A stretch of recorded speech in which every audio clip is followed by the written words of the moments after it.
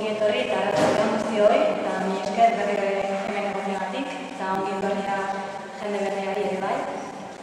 Eta, gaur, atzo Esterrek egindako errekorrido guzti hori apurtxo bat orokorrean maila internazionalean egin duena, eta gero erdiratzu zuena estatu mailan,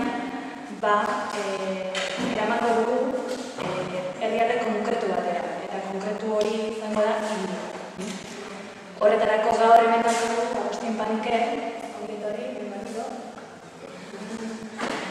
Eta berak apurtxo bat gerturatuko gaitu zer da India, ze India asko daude, India zitz egiterakoan berak esango duen moduan, ezin da India bakarra zitz egin, ze, 1.200 milioi pertsona daukan herrialde batek asko da pasatuko, eta identitate asko daude, berak komentatuko ditu, espezifidade guzti horiek, ezta? Eta ikusiko dugu konkretuki, zer gertatzen ari da, eta guri inposatu zaigun sistema hori bertan inposatu denean, ezta? Merkatuak atea, apurtxo bat, herrialdea ateak ireki dionean merkatu libreari, ze gertatu den, ez? Ikusten denez, India azkundean dago, es un país emergente, baina, ez dakit, berak orain Agustinik izango duen moduan, ia eguneko 70%, populazioaren eguneko 70% pobrezian, baina pobrezia larrian bizarra. Ikusiko dugu zein moduan aridan hori eragiten pertsonen, eta zein dan onura ateratzen duena hemenik. Berak gerturatuko bat jo. Baina lehenengo, ikusiko duzue oso onuragarria da hemen, eta posa desartzen dugu. Agustin, oso berak komentatuko du, bere familia indiakoa da. Ahora hablo un poquito en castellano. Aio también hablamos de verdad. Eta, berak izitzen du, bere familia indiakoa da, eta idazlea da, aditza da askotan, idazlea eta erlijioetan ere aditua. Voy a pasar en castellano porque si no... Lo que comentaba era que ayer Esther hizo un recorrido bastante interesante, ¿no? Y lo que vamos a hacer es tratar de llevar ese recorrido a un país en concreto, ¿no? A cómo nos afecta el sistema, o cómo está afectando el sistema neoliberal, patriarcal, en la India, ¿no? Después de abrirse las puertas al capitalismo, y después de que los 90 se abrieran, que hubiera esa apertura, pues vamos a ver si realmente este sistema está trayendo algún tipo de beneficio, ¿no? A las personas, porque nos venden la India como la India del crecimiento de un 9% del PIB al año, y sí, crece, pero yo creo que lo que está creciendo es en pobreza, en que al final la diferencia entre personas ricas y personas grandes, pobres, cada vez más grande, ¿no? Entonces, es lo que nos va a ir acercando. Pero primero, antes que ir viendo cuáles son los impactos, lo que sí nos va a hacer es un acercamiento a la cultura, a las personas, ¿no? Y lo que estaba comentando Agustín era que, por supuesto, que es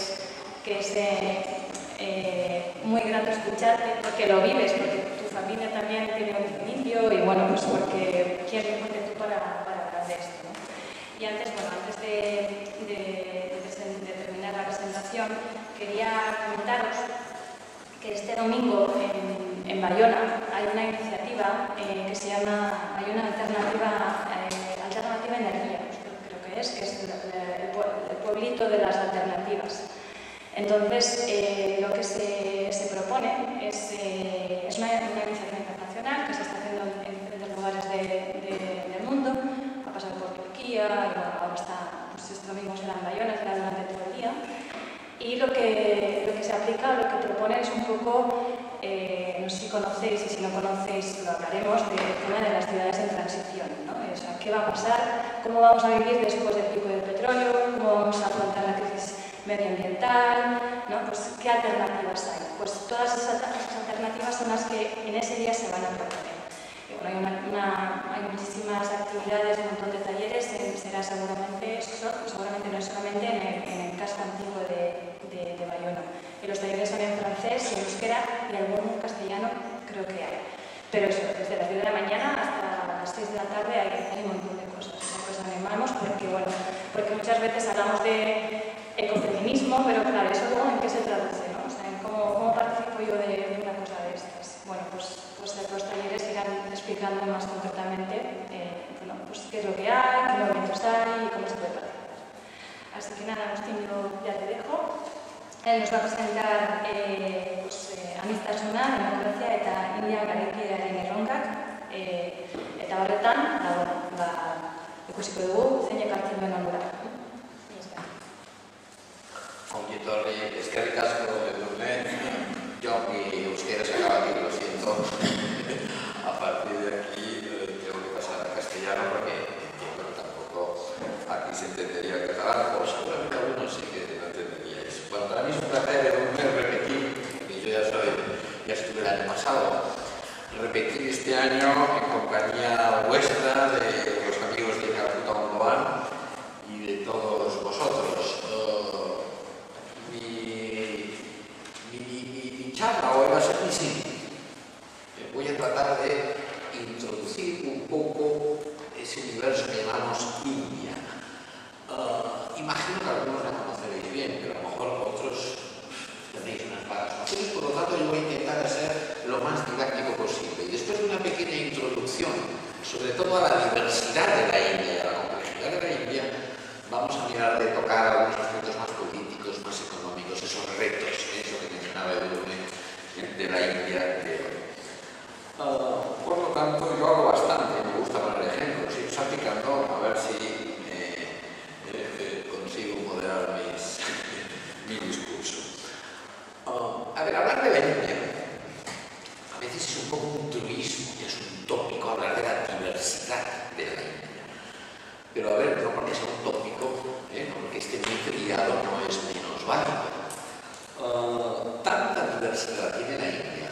Si alguien estuvo aquí el año pasado, a lo mejor algunas de las cosas que yo voy a decir ahora también coinciden con la primera parte de las charlas que hice el año pasado. Pero yo siempre le doy otros matices y otros ejemplos y otros enfoques. Digo que tanta diversidad hay en la India que yo insisto en muchos libros que escribo a propósito de la India que habría que visualizarlo como un continente. A veces hablo del subcontinente indio, que los británicos ya percibieron que era algo más que un país, o a veces se habla de la civilización india, que me gusta mucho ese término. En cambio yo ya decido sacarle de una vez por todas lo de sub, y hablar del continente índico. Tanta diversidad que por población, en el último censo, se hace cada 10 años en la India los censos de población, en el 2011, siempre acaba en 2011, tiene una población de 1.210 millones de habitantes, pero como crecen 19 millones, crece naturalmente, cada año aumentan en 19 millones. La población del país han pasado 2 años, casi que habría que ponerle ya 30 y pico millones más. En breve será el país más poblado del mundo, porque tiene un crecimiento superior al de China. Más o menos en unos 20 o 25 años alcanzará a China como el país más poblado de la Tierra. De hecho, el 18% de la población del mundo vive allí. Casi 1 de cada 5 indios, hay 1 de cada 5 personas del mundo es un indio. Aquí no veo muchos, por lo tanto aquí estamos rompiendo. Aquí deberían haber, si hay 40 personas, deberían haber, pues si fuese una proporción, pues no sé, 8 indios, esa sería la proporción, para que os hagáis una idea del peso que tiene. Eso no puede ser un país, igual que China, ¿no? Igual que Brasil, igual que Rusia. De hecho, su población es más del doble de la Unión Europea, de los 20 y pico países que la forman, que apenas hacemos 500 millones, la India con 1.210 es más del doble. Es 27 veces la población de España. A veces la comparación que se hace de la India con España me parece un poco absurda, es incomparable. Es comparar a un gigante con un enano, no es conmensurable. En algún aspecto se puede poner, pero eso no es un país. Yo creo que esa es la idea que voy a transmitir ahora durante media hora, es esa. Eso no es un país. Eso, hoy en día, evidentemente, es la Unión India, la República India es un país, pero es mucho más país. De hecho, el tamaño es muy parecido al de la Unión Europea, pero es que incluso geológicamente forma parte de una placa continental que se está incrustando, con la placa asiática, cosa que Europa ni siquiera puede jactarse de tener una base geológica o geográfica. Eso del continente europeo no se lo cree nadie. Espero que nadie se crea aquí aquello de los Urales, que separan Asia de Europa, que los Pirineos tienen mucha más entidad que los Urales. Por lo tanto, es una visión eurocéntrica de haberse constituido como continente, y si Europa se constituye como continente, no se sabe muy bien por qué, pues yo sí lo sé, en algún libro lo explico, pero no hace falta profundizar ahora aquí, por unas razones quizás evidentemente culturales, lo cual me parece legítimo, pero entonces también hay que admitir que hay otros continentes que podrían encontrarse otros continentes culturales en el mundo. Bueno, pues yo propongo que uno sería el continente índico, que incluso podría incluir algunos de los países de lo que el mundo anglosajón llaman sur de Asia, que incluiría Nepal, Pakistán, Bangladesh, Sri Lanka, Bután. Hoy me voy a referir quizás solo a la India, porque ese es el tema que nos trae aquí, pero habría que siempre pensar que si miramos históricamente, diacrónicamente, cuando hablamos de la India, a veces hay que incluir lo que hoy en día son países vecinos, pero que hasta hace relativamente poco formaban parte de una misma matriz, magma, o como a mí me gusta llamarle, continente cultural.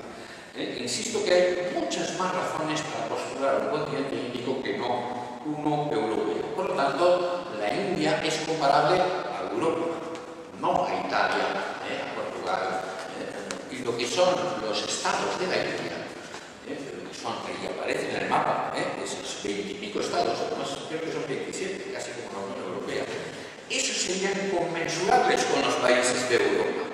Incluso ni siquiera ese país, ese estado, no va a levantar.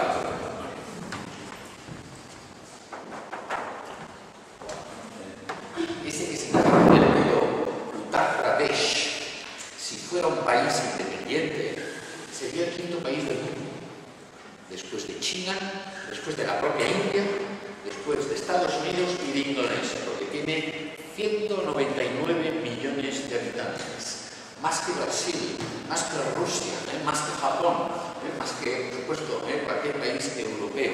Maharashtra, donde está Bombay, tiene 110 millones de habitantes. O sea, incluso me atrevería a decir que ni siquiera muchos de los estados de la India son siquiera conmensurables a los de Europa. Quizás una forma clara de enfocar clara y sencilla esta diversidad, y que yo creo que es lo que es importante en mi primera parte de la charla, es hablar un poco de la diversidad lingüística que tiene la India, y es una manera gráfica de entender de qué estamos hablando cuando planteo esta idea de un magma, un mundo, un universo, un continente, una civilización, una entidad supranacional o mucho mayor que un país. Hoy en día la India hay 22 lenguas oficiales, más el inglés, English. Por lo tanto, tendríamos que hablar de 23 lenguas oficiales. Pero los lingüistas más o menos depende, esto es muy complejo, pero suelen hablar de unas 120 lenguas que se hablan en la India. Hace 30 años se hablaba de 850, incluso antes se hablaba de 1650 lenguas, y eso es que en realidad los lingüistas, no sé si hay algún filólogo aquí o alguien que habla de lingüística, tienen graves problemas para distinguir entre lo que es una lengua y un dialecto. En realidad es una cuestión política.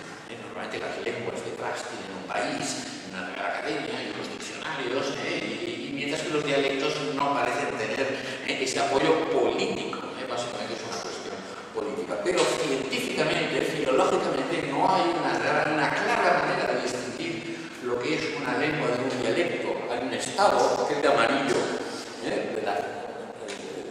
tocando a Pakistán, que se llama Rajasthan, donde se habla una lengua que se llama Rajasthani. Sin embargo, los filólogos dicen, no es una lengua, son 7 o 8 dialectos. ¿Dialectos de qué? De hindi, otros sí, es un cúmulo de diferentes lenguas que se han agrupado y forman una entidad. No se tiene muy claro. La India está llena de casos como este. Aunque hoy en día se trata de imponer el hindi como la lengua nacional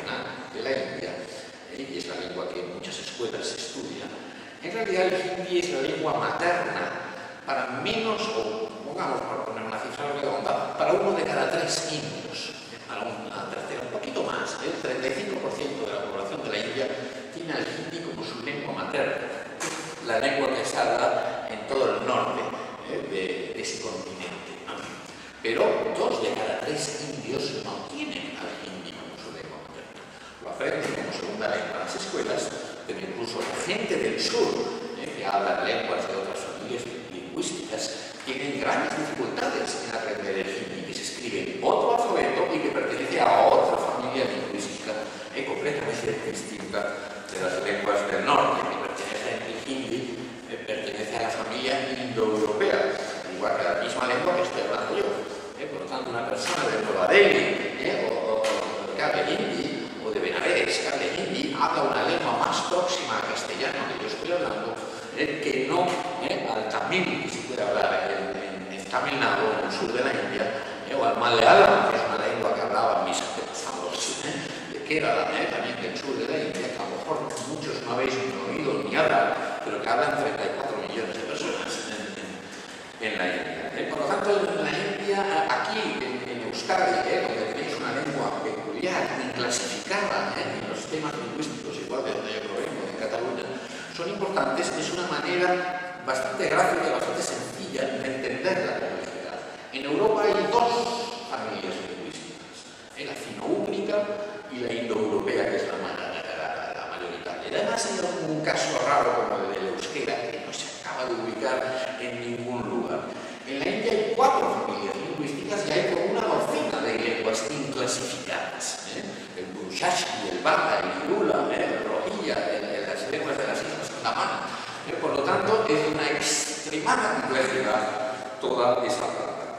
Yo siempre pongo un par de ejemplos muy gráficos para entender eso. Hay más traductores en el Parlamento de Nueva Delhi, en el supuesto Parlamento Nacional del país de Nueva Delhi, que en el Parlamento Europeo de Estrasburgo. ¿Por qué? Porque hay mucha gente que tienen 24 lenguas oficiales que pueden hablar, y de hecho en un billete de la rupia, de 10 rupias, de 100 rupias, está escrito en 14 alfabetos, no 14 lenguas, 14 escrituras completamente distintas. En la Unión Europea tenemos 2, el griego y la latina, y algún día tendremos 3, el cirílico, que creo que no sé si llegaremos a tener ninguna más. En la India hay 14 alfabetos. Eso da una idea de la enorme complejidad. Mucha mayor diversidad hay en eso que llamamos India que en eso que llamamos Europa. Además, para complicar más, el grado de diglosia de muchas de las lenguas de la India es altísimo. La diglosia es la diferencia que hay entre la lengua culta y la lengua de las calles. La lengua más popular, hasta el punto que los que hablan del tamil refinado, culto, y los que hablan del tamil de la calle, más sencillo y más popular, pueden tener grandes dificultades en entenderse. Hay una gran diferencia. En el castellano el grado de diglosia es muy pequeño. Básicamente escribimos o leemos como hablamos. En las lenguas anglosajonas ya es mayor. En la India la mayoría de lenguas es muy grande. Por lo tanto, la gente analfabeta puede no entender el lenguaje culto de los que hablan su propia lengua. Y para complicarlo todavía más, el grado de multilingüismo es extraordinario. Muchos indios, muchas gentes de este continente hablan 4, 5, 6, 7, 8, 9 lenguas, y no estoy intentando exagerar nada. Hyderabad, es el estado naranja de ahí del sur, es la capital del estado. Una persona de cultura de Hyderabad puede dominar fácilmente 6 lenguas, el telugu, que seguramente será su lengua materna, pero probablemente también hablará hindi, que es la lengua nacional.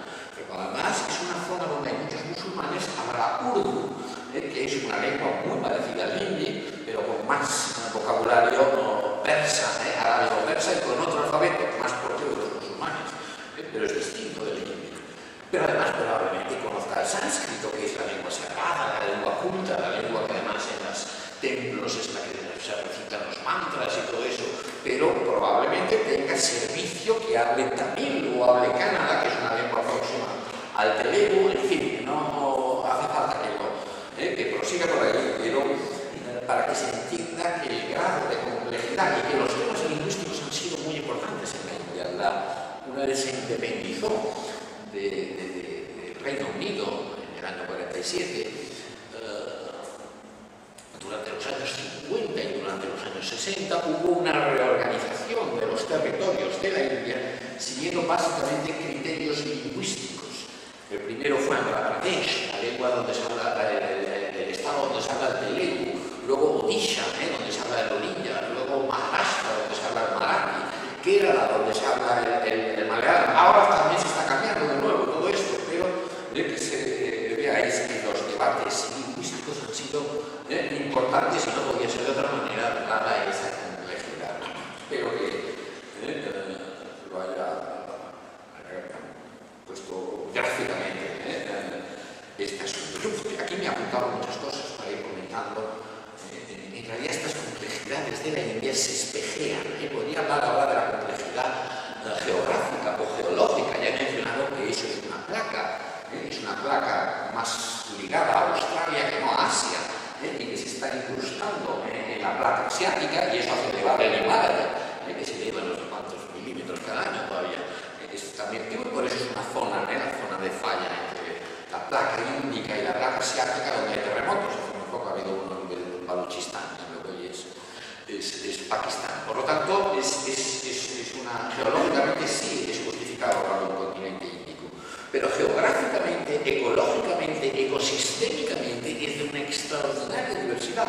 Tenemos las montañas más altas del mundo, el Himalaya, con el delta del Ganges Brahmaputra más grande del mundo. Tenemos desiertos, tocando a Pakistán, extremadamente secos, y algunos de los lugares más húmedos y más pluviosos de todo el planeta, en el estado de Assam, justo encima de Bangladesh. Por lo tanto, esas diversidades se espejean y se retroalimentan permanentemente. Un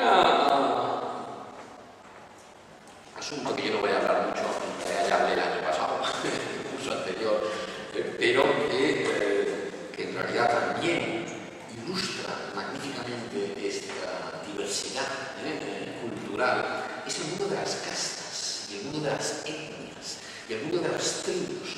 En este sentido, ese continente está repleto de lo que se llaman tribus. Tribus en estas latitudes tienen una connotación un poco incluso peyorativa. En el mundo índico no, es tribe o adivasi sería la palabra sánscrita que traduciría. Y es lo que en América Latina llamarían indígena, los habitantes originales de la India. En la India están censados en el último censo 104 millones de adivasis. Por lo tanto, eso quiere decir que 1 de cada 4 indígenas del mundo está en la India. Esos adivasis forman unas 600 tribus o 600 etnias, cada una con su lengua, que no están contadas en esas 120, con sus formas de religión, con sus formas de parentesco, algunos, la mayoría en situación muy precaria. Todo el noreste de la India es un mosaico de pequeñas tribus, de pequeños grupos. O el centro y el sur de la India están estos grupos adivasis que son los más pisoteados de los pisoteados. Además, en la India, además de estos 600 tribus, hay unas 5.000 castas. O no se sabe cuántas castas hay, porque son como enfoquemos la cuestión, si entidades mayores o menores. Porque podríamos hablar de 70.000 o 80.000 grupos endogámicos. Pero, para no complicarnos, hablemos de las castas como casi que lo que más se parece a una casta es un grupo étnico. En realidad no hay una gran diferencia entre una tribu y una casta en el contexto índico. Cada una tiene sus costumbres de matrimonio, si se casan solo entre los de la casta o con algunas castas determinadas, pero con formas de exogamia, prohibido casarse con linajes de abuelos y de abuelas o con el pueblo de al lado y buscan exogamia en la aldea. No voy a entrar aquí, estoy escribiendo un libro sobre este tema enormemente complejo, y de lo cual siempre me pregunta todo el mundo, porque es un tema muy importante en la India y además es peculiar en la India porque no lo encontramos en otras zonas. Cada casta no solo tiene sus costumbres de matrimonio, algunas tienen unas ocupaciones o profesiones o oficios asociadas tradicionalmente, aunque hoy en día eso está cambiando bastante, pero hay castas de carpinteros, de sacerdotes, de pescadores, de agricultores, de ganaderos, Es verdad que aunque hoy en día eso tambalea bastante, todavía hay algunos, sobre todo en los extremos más altos y más bajos del sistema de castas, hay cierta congruencia entre el nombre de la casta y la profesión. Y todas sus castas tienen sus mitos de origen, y sus templos, y sus sacerdotes, y sus divinidades que son particulares de la casta, y sus festivales que solo participan en el festival del pueblo, pero además en el de la propia casta. Tienen sus formas de dieta, si son vegetarianos o no son vegetarianos, si toman cebollas o no toman cebollas. Y no estoy poniendo ejemplos pequeños. En la India lo que uno come, con quién lo come, cómo lo prepara, tiene mucha carga ritual y mucha carga social. Hay castas que se distinguen por sus formas de vestir, por sus dialectos, por sus ornamentos, sobre todo las mujeres. En fin, no es necesario, ya creo que con eso ya lo estoy ilustrando bastante bien, que es, vamos, es para los sociólogos y los antropólogos es un paraíso. La India, porque luego para que vaya a intentar captar eso es inabarcable, porque no entiende nada. Y no entiende nada ni entenderá nada hasta que no se sumerja después de un cierto tiempo y empieza a entender códigos que a lo mejor al guiri, al turista, al cooperante o al trabajador que va a la India le cuestan meses, años de captar, por ejemplo, las reglas de etiqueta que gobiernan en una boda de la India. ¿Quién invita a quién se sienta junto a quién, qué tipo de alimentos, con quién se comen, cómo han sido cocinados, en fin, toda una serie de cosas que de fuera no las capta, pero que los indios están muy atentos a todo eso. Insisto, la casta no se oculta, todo el mundo la lleva en el apellido. Cuando digo Paniker, en el norte de la India, a lo mejor no, porque la casta siempre es local, pertenece a una zona lingüística, y fuera de esa zona lingüística esa casta no tiene demasiado sentido y la población desconoce, pero en el lugar lo sabe muy bien. En el norte digo Paniker, muy bien, se piensa que soy de Maharashtra, porque hay muchos apellidos que acaban en K, pero yo voy a Kerala, que es la tierra de origen de mis antepasados, y enseguida me ubican. Ya sé cuáles son sus antepasados, a qué se dedicaban y cuál es tu estatus. Bueno, es lo que imaginan. En mi caso, como soy nacido fuera y soy mestizo, las cosas no acaban de encajar. Pero es una dimensión visible, no oculta. Nadie oculta su casta. Algunos protestan por la discriminación por razón de casta, pero no por el hecho de pertenecer a una casta. Se va siguiendo, ¿no? Aunque ya veis que es extremadamente cromático, muy complejo.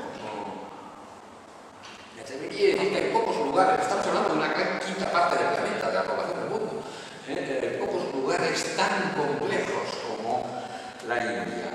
Y si ya seguimos hablando no solo de sociedad, o de lenguas, o de la geografía, incluso en la política, la India es sui generis, es muy distinta. Y además con la historia, nosotros pensamos que la historia es igual para todos, la historia de Europa, bueno, no, la historia lo sabéis, desde qué ángulo se mire, no tiene nada que ver la historia de los últimos 5.000 años de la India si se mira desde un pueblito del sur de la India que si se mira desde Nueva Delhi, si se mira desde la perspectiva de una mujer, de una aldea de la India profunda, si se la mira desde la óptica de un varón de una ciudad del norte. Por lo tanto, la historia también varía según el ángulo que tomemos. Históricamente, la India ha sido ese continente, ha estado hablando de diversas formaciones imperiales, o reinos, o principados, o marajatos, o sultanatos, siempre han tendido a tener una posición débil.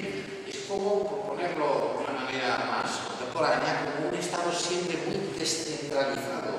Incluso cuando intentan centralizarlo, no acaban de conseguirlo. ¿Por qué? Porque hay un montón de círculos, de dimensiones antes de llegar al individuo. Hay la familia, hay la casta, hay el jefe del pueblo, y el pueblo forma como una unidad muy solitaria en contra de los foráneos.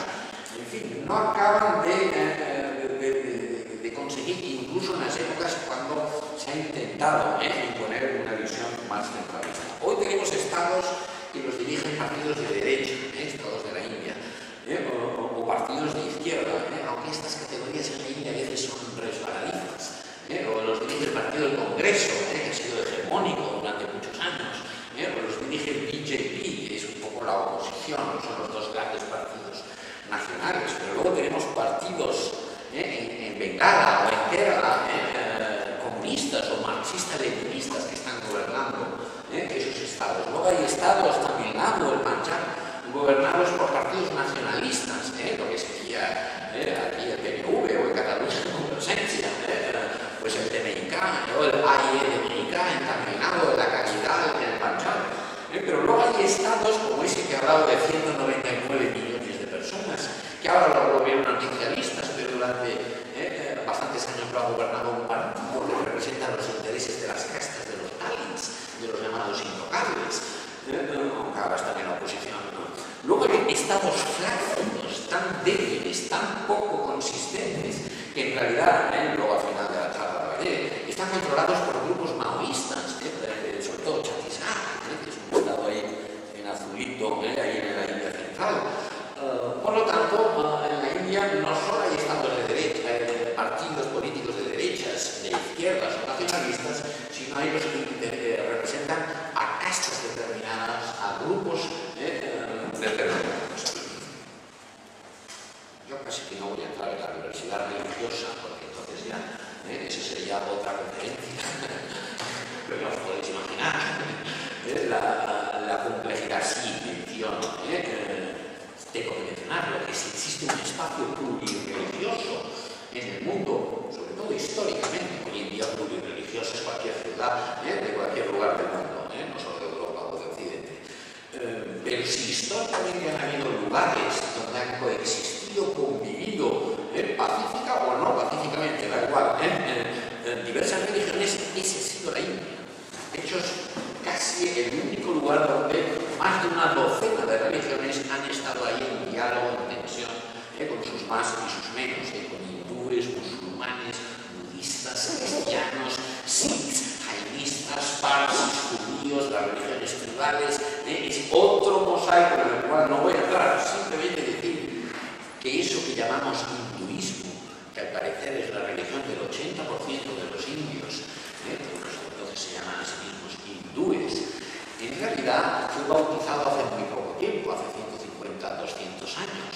Más bien, yo lo tengo escrito en muchos libros, se parecería más a una familia de religiones que no a una religión, tal como nosotros la concebimos, como el Islam, el cristianismo, o su iglesia, con sus libros sagrados, con sus dogmas, con sus sacerdotes. Eso que llamamos hinduismo, en realidad es un magma de creencias, de cultos, de mitologías, de rituales, de templos, de grupos religiosos, con algún parecido común, un común denominador índico, por decirlo así, que tiene. Había un antropólogo, a esto lo tengo que decir muchas veces, que decía, exageradamente, pero ilustrativamente otra vez, que había más religiones dentro del hinduismo que fuera. O sea, que hay más variedad religiosa, de culto, de rito, de mitos, de filosofías, de yogas, en eso que hemos venido a llamar hinduismo, que no en el resto del mundo, de las religiones del mundo. Es exagerado, pero da una idea de que eso que hemos llamado hinduismo, que es la religión de 900 millones de personas de ahí, en realidad no es una religión, en realidad es una familia de religiones extremadamente dinámica. Y si hablamos del Islam es una minoría, porque son solo el 13,5%, pero claro, el 13,5% en la India resulta que son 150 millones de personas. A mí se me hace difícil pensar que 150 millones de personas sean una minoría, porque es más que la población de Europa Central junta, pero efectivamente al lado de los otros 900 pues son una minoría, pero esos 150 millones son de los musulmanes de la India. Oiga, no, hay chiitas y hay sunitas, hay 14 o 15 órdenes sufis, hay los deobandis, los barelvis, los no sé qué, dentro hay una infinidad de castas. Es también considerar el Islam o el cristianismo o el budismo o cualquier ismo como un bloque nubla bastante la enorme diversidad, una vez más, que hay en eso que llamamos India o el continente índico. Por tanto, yo ya no voy a hablar, ya no voy a poner más ejemplos, pero como se entenderá de este grado de diversidad que encontramos en la India, el resultado de ello es que más de la mitad de los indios, se calcula que entre un 55 y un 60% de la India se consideran en una situación de minoría. Ellos consideran que están en una situación de minoría. Por ejemplo, aquellos que hablan una lengua que no es la mayoritaria del Estado, forman una minoría lingüística dentro de ese Estado. O incluso en algunas ciudades como Bombay o Bangalore, incluso los que hablan la lengua, digamos, oficial, pueden ser menos que los inmigrantes que han venido de otros estados y que hablan otra lengua, y por lo tanto, los de Bombay, que es la zona donde se habla el marathi, pueden ser minoría, sobre todo en Bangalore, la ciudad de capital de Karnataka, donde los locales han sido sobrepasados por los inmigrantes tamiles o telugus, y que tienen más lengua. Esos tienen más parlantes. Esos pueden sentirse incluso en minoría en su propio estado. Esos tribales que mencionaba antes son el 8% de la población de la India. Siempre se van a considerar y se consideran en minoría, y de hecho el gobierno indio les da una serie de tratos especiales en una serie de apartados. Los dalits, los que antiguamente llamábamos intocables, esos forman el 17% de la población, también con medidas especiales que el gobierno y los gobiernos estatales implementan para tratar de ayudar a dalits como adivasis de su situación histórica de opresión y de atraso. Por lo tanto, ellos también se pueden sentir en minoría. Las minorías religiosas, los que son musulmanes, los que son cristianos, los que son sikhs, todos esos, algunos se justaponen, alguno puede ser un sikh y encima dalit, bueno, pues es doblemente minoritario, y a lo mejor ya no está en el Punjab, que sería su tierra de origen, está en otra que es simplemente minoritaria. Incluso eliminando las juxtaposiciones, puede que un 55-60% de los indios se sienta en una situación de minoría. Ante este cuadro que yo contaba, ahora vamos a ir transitando hacia una segunda parte de la charla. Claro, hay una pregunta que periódicamente aparece en la India, quizás ahora menos, pero que históricamente ha ido apareciendo. ¿Existe semejante diversidad? Yo solo he dado una pincelada así rápida, pero supongo que he ametrallado lo suficiente como para que se haya captado la impresionante complejidad. Hay una visión, que ya la podríamos llamar descentralizada, que efectivamente cuestiona mucho y seriamente de que podamos hablar de la India, de la India como civilización, como país, o como nación, o como lo queramos. De hecho, el peso de esta diversidad cuestiona la idea misma de nación. Desde luego, si es algo, no es una nación, sería una plurinacionalidad. Y esta visión descentralizada prefiere entender eso que llamamos India como un espacio de mestizaje, un espacio de encuentro, más que una civilización, o una nación, o un país. De hecho, la idea esta de unidad de la India es casi un producto de la imaginación imperial británica.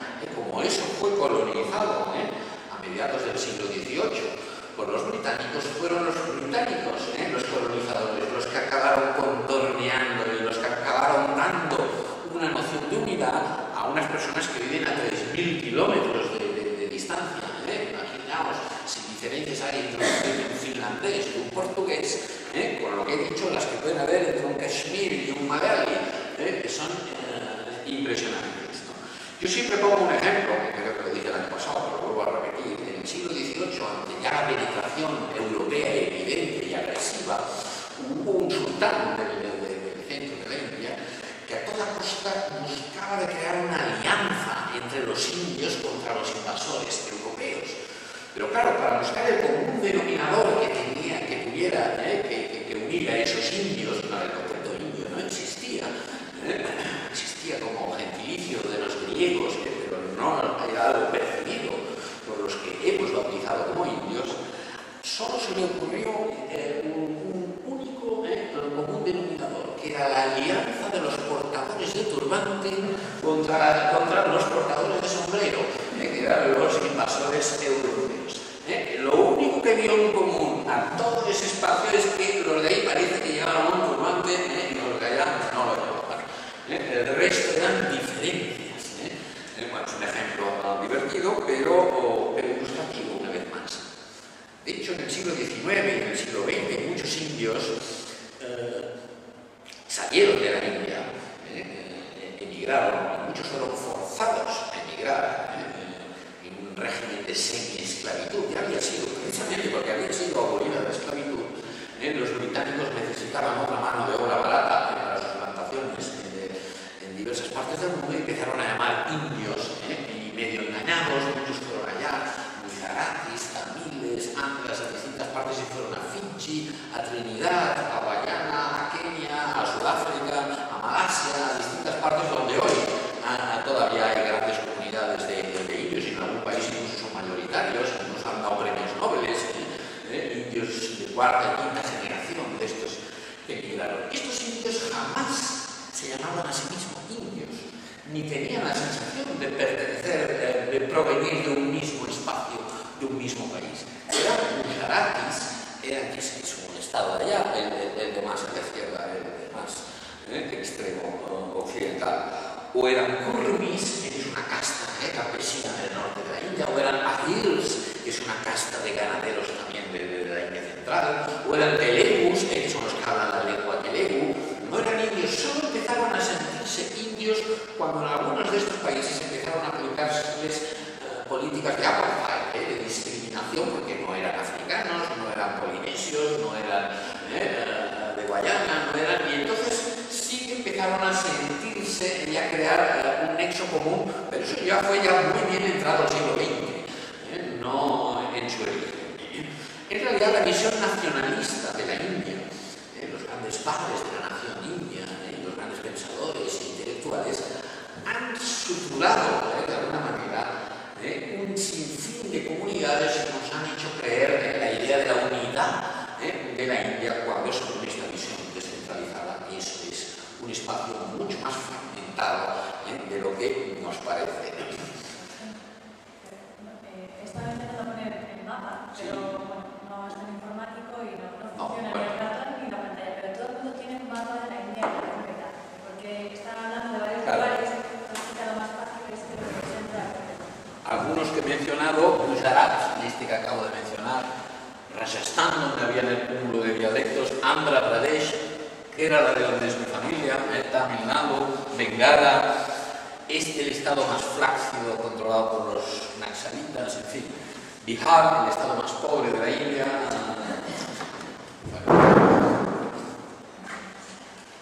Ahora, junto a esta visión, digamos, descentralizada de la India, existe otra visión, llamémosle centralista, otra visión que argumenta de que también fueron los británicos, y tiene mucho sentido, también fueron los mismos británicos los que gustaron de resaltar esa incoherencia, esa diversidad, esa división que había en la India, y que si no es por la autoridad imperial, la ley y el orden que ellos proporcionaban, acabarían pegándose siempre y acabarían en perpetuo estado de pugna y de lucha. Por lo tanto, también los británicos son responsables de crear la idea de la diversidad, y que es imposible que estos, lo voy a poner un poco caricaturísticamente, pero que estos primitivos, salvajes, morenos, atrasados, tercermundistas indios logren cualquier sentido de unidad nacional y puedan avanzar. Y eso justificaba, evidentemente, las políticas imperiales. Además de que existen, aparte de que existan 120 o 600 o las que queramos lenguas, siempre han existido en la India, o en eso que llamamos continente índico, lenguas continentales, lenguas panindias. En el pasado fue el sánscrito, también fue el persa, cuando estuvo gobernado por dirigentes musulmanes. En el presente son el hindi y el inglés. Hoy día en realidad el inglés está ganando la partida ya al hindi como lengua panindia que utilizan en el norte, en el sur, en el este, en el oeste, incluso muchos indios de diferentes regiones para comunicarse entre ellos. Por lo tanto, eso sí que le da al mismo tiempo un contorno. Además, han habido procesos que los expertos llaman de sanskritización, de brahmanización, de arianización, que yo no voy a entrar aquí, pero son elementos que permiten el trasvase de ideas, de expresiones culturales, rituales, de una zona a otra, y que le dan un cierto contorno unitario, eso que llamamos India. Luego hay cantidad de símbolos civilizacionales. Yo voy a poner algunos del ámbito religioso, la flor del loto, incluso la idea del sabio que medita bajo una higuera, la imagen del Buda, pero no solo es budista, es compartida por muchas religiones de la India. La svástica, que es como el auguro de aquí, es otro símbolo que encontramos en muchas partes, en todas partes de la India. La cultura ritual de muchos indios, sean hindúes, sean budistas, sean jainistas, incluso cristianos, comparten unos mismos trazos. La adoración a la Virgen María, que yo veo en Bangalore, se parece más a la adoración a la diosa Durga que no a la que veo a la Virgen María en Europa. Comparten una misma cultura ritual, como no puede ser de otra manera. No es que, en fin, hoy esa panindianidad gravita alrededor de nuevos símbolos, nuevas expresiones que las encontramos en todo ese mundo, la música Bhangra, o la música de Bollywood, o el cine de Bollywood, que lo encontramos en todas partes y que crea unos patrones estéticos y unos patrones colectivos que a muchos indios de todos los rincones les da cierta unión y familiaridad. Incluso me atrevería a decir que hay como una geografía del sari o del salvar camis, las dos prendas femeninas típicas de la India, y que ya no las encontramos en Persia, en Irán, ni las encontramos en Tailandia, ni las encontramos en el Tíbet. Casi que eso daría el contorno, por poner algún sitio, a ese continente índico, el lugar donde las mujeres visten sari y salvar camis. Y eso una vez más da una idea de unidad o de familiaridad a lo que es esa enorme diversidad. En realidad no es un debate de saber cuál de los dos, de las dos posiciones, si la descentralizada o la centralizada tiene razón. Eso quizás sería una mentalidad un poco aristotélica y un poco europea. Los indios normalmente no plantearían la cuestión en estos términos porque están muy acostumbrados a lo paradójico y a lo contradictorio. En realidad, incluso la mayoría de filosofías de la India son muy sutiles al respecto, porque pueden decir, sí, desde una cierta óptica es cierto, no existe India y eso es ese cúmulo de diversidades, pero desde otra óptica podemos afirmar que existe una India. Este razonamiento tan simple, oiga, ¿qué quedamos una cosa o la otra? No, el límite de la vida es usted, el que tiene la necesidad de escoger entre blanco o negro. Muchas filosofías de la India, budistas, jainistas, hinduistas, tienen al camino del medio, al Nikantavada, dicen los jainas, al Madhyamika, dicen los budistas, y pueden simultanear proposiciones aparentemente contradictorias. Por lo tanto, si al mismo tiempo hay cientos de lenguas, quizás algún día habrá una única familia índica, porque se da un proceso también de convergencia.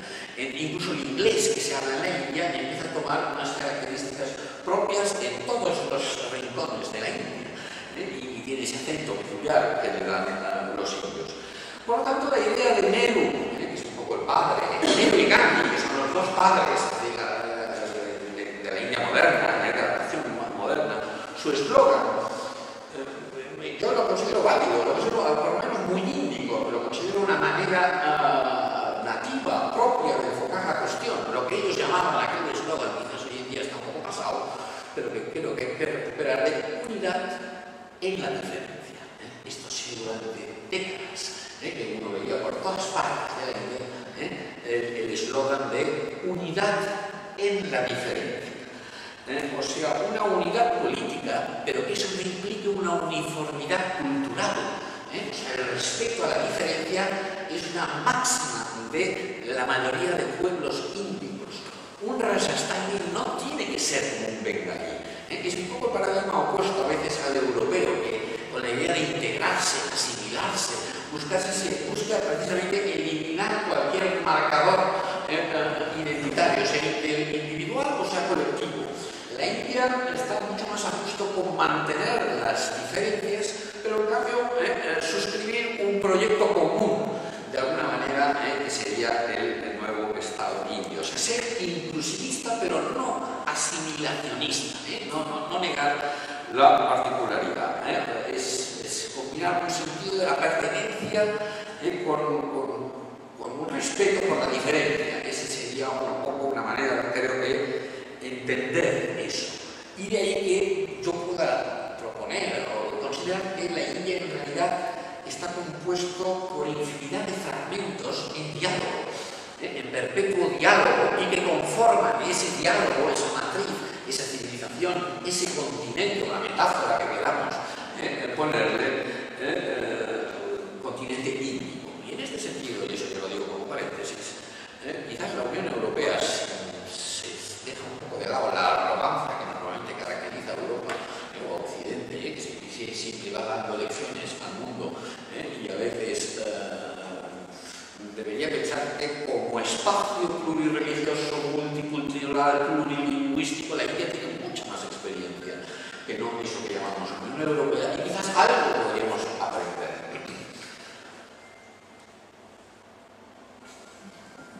Bueno, eso era la introducción. Pero bueno, yo creo que con eso ha quedado ya bastante.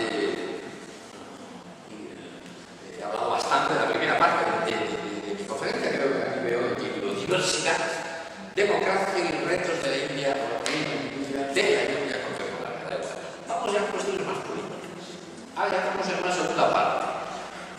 Una segunda parte de la charla más de retos de la India contemporánea, pero creo que para los que no estáis familiarizados con la India, o incluso para los que estáis familiarizados, esa exposición así general, cultural, social, que he hecho, creo que puede ser ilustrativa para ponerse en contexto, y además de muchas de las charlas que van a venir en los próximos días.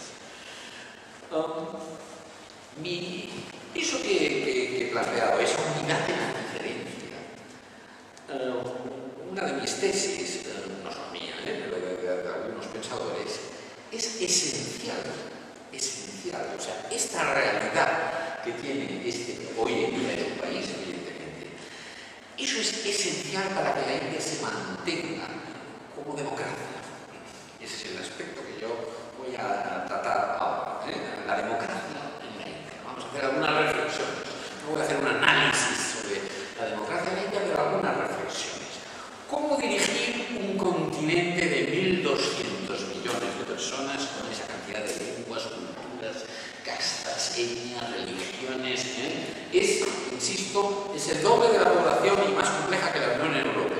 O sea, si ya la Unión Europea se ha caracterizado por ser unos nulos y un desastre, imaginaos la complejidad que tiene llevar una cosa de este estilo, donde la mayoría de la población se siente en una situación de minoría, que no está, está en una situación no de exclusión, pero casi que mi tesis es que solo con un marco de pluralismo, de democracia y de consenso se puede llegar a manejar algo como esto. De hecho, los politólogos occidentales auguraban, predecían o mal predecían, los politólogos han siempre sido malos adivinos, en la década de los 60 y sobre todo de los 70 dirían: la democracia no durará, no puede aguantar. La India no cumple ninguno de los requisitos que se le suponen a un país democrático. Ninguno. No cumple alguno. Es que ni uno. La antítesis es una anomalía. En aquella época la India era así, siendo. Luego hablaremos de los déficits, que no son pocos. Pero en términos generales la India se sigue con el eslogan de la democracia más grande del mundo. Y en términos globales, generales, en los grandes números y comparado con los vecinos, la India sale más o menos bien parada. ¿Qué era esa anomalía india? Es una visión, insisto, muy eurocéntrica, pero es la que dominaba y en parte todavía domina la percepción que muchos tenemos. Por un lado, un país segmentado en miles de etnias y de lenguas. Eso es un lastre, eso es complejo. Con unos niveles de pobreza tan elevados, como todo el mundo sabe, todavía hoy un 42% de la India vive below the poverty line. Y eso según unos baremos, porque si se cuenta de otra manera, la cifra sería muy superior, sería casi el 60% de la población que estaría por debajo de los límites de pobreza, que es, creo, un gasto de $1.25 al día. Todavía, digamos, la mitad de la India sigue por debajo de eso. No estoy hablando de los años 40 ahora. Con ahora sí, quizás, cuando la India se independizó en los años 40, en el año 47, no tenía clase media, no existía la clase media, había una minoría de oligarcas, de dirigentes, y luego la gran masa, la mayoría analfabeta, entonces sí, en los años 40, ¿verdad? Por lo tanto, otro factor en contra de lo que se supone que tiene que tener una democracia, que es una clase media sólida, alfabetizada. No. Además, la India era y sigue siendo una sociedad muy religiosa. Y el estereotipo, el cliché, sigue diciendo que para que las libertades y las democracias prosperen, se tiene que haber secularizado, tiene que haber cierto laicismo. La India es un país secular, pero la población es muy religiosa y sigue siendo, incluso, es alguna que decir, hasta supersticiosa. Por lo tanto, eso también contradice. Incluso ahora, eso no es así, pero hace décadas se podía considerar que la sociedad civil de la India era muy débil, no tenía esas agrupaciones como han tenido en Europa durante siglos. Y además, este es un punto que para los economistas y politólogos era fundamental, no tenía una estructura capitalista sólida, era unos tipos de relaciones comerciales y económicas no feudales, porque es otro concepto, es lo que allí llaman el sistema Yajmani, que ha desaparecido, pero que en los años 50 todavía era prevalente, una forma de intercambio de grano, y los agricultores y los peones y los labriegos son pagados en grano por los terratenientes a cambio de una serie de trabajos, es decir, no es necesario que ellos entren, pero un sistema como muy peculiar, muy rural, agrario, no un sistema capitalista moderno como tenían otras sociedades democráticas. Y además se trataba, y sigue tratándose, de una sociedad con unas desigualdades impresionantes y con unas jerarquías de casta que siguen todavía vigentes, aunque se hayan dulcificado, que contradecían completamente la idea de que para que la democracia prospere tiene que haber una cultura de la igualdad, tiene que haber una cultura por lo tanto, la India no da ni una. Y sin embargo, a pesar, insisto, de los déficits que tiene la India, que luego voy a mencionar y no van a quedar libre nadie aquí de su crítica, sigue siendo en términos generales de los países no occidentales, y de hecho no europeos o no americanos, uno de los pocos casos de una cierta perdurancia de unos ciertos mínimos de libertades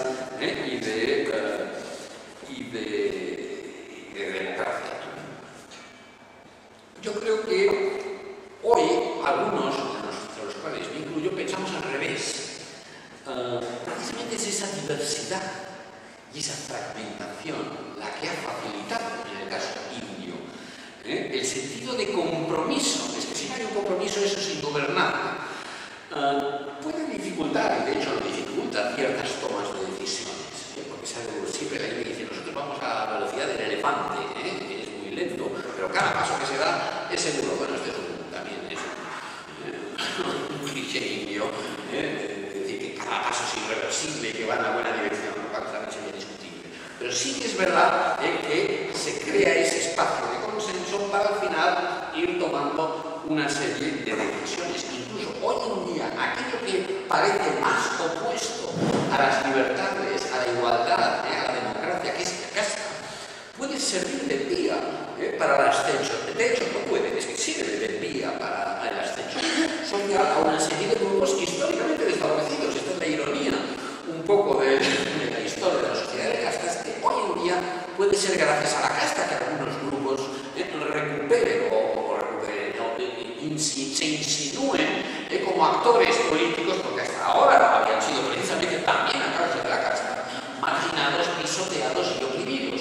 Hoy en día han conseguido una cierta ayuda por parte, que nadie cuestiona, por parte de los gobiernos, para que los grupos históricamente marginados tengan discriminación positiva en la educación, sus lugares en los panchayats, en los municipios, sus escaños en los parlamentos, para poder participar y entrar en el juego democrático. Todo eso se puede mejorar, pero está claro que hay esfuerzos en intentar apoyar por la casta, lo cual es casi paradójico o irónico, por lo menos, ¿no?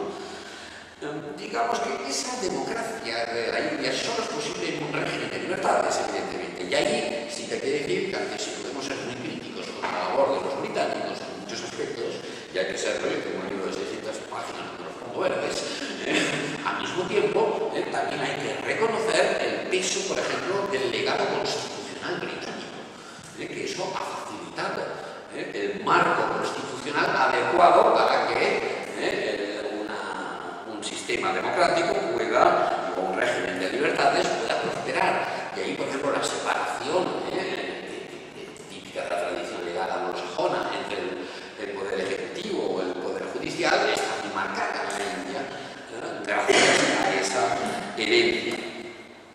Dicho lo cual, tampoco hay que pensar que todo lo bueno que tiene el sistema democrático indio es una herencia de los británicos. De hecho, la India tiene una larga tradición de aceptación de la heterodoxia y de tolerancia, quizás más intelectual y no tanto a nivel social. Ese punto es importante, pero de alguna manera la idea del debate público, donde se debate y se discute y incluso acaloradamente los debates filosóficos, tiene una larguísima, mucho más larga tradición que no en otras partes del mundo. Y de hecho, yo siempre digo que si la constitución de corte anglosajón que adoptó la India en 1950 y que hoy en día todo el mundo acepta, y no solo la constitución, sino el sistema político que va junto con ello, si eso ha prosperado es de alguna manera porque los valores de la igualdad y de la libertad y de la tolerancia de alguna manera existían, si no es imposible, si no se hubiera creado allí un conflicto como ha ocurrido en otros lugares, y eso no habría funcionado. Otro factor muy importante para entender esta cierta resiliencia de los valores democráticos en la India es el papel del Tribunal Supremo, que muchas veces se ha erigido como el árbitro en casos incluso muy polémicos, de los más desfavorecidos, o en otras veces no.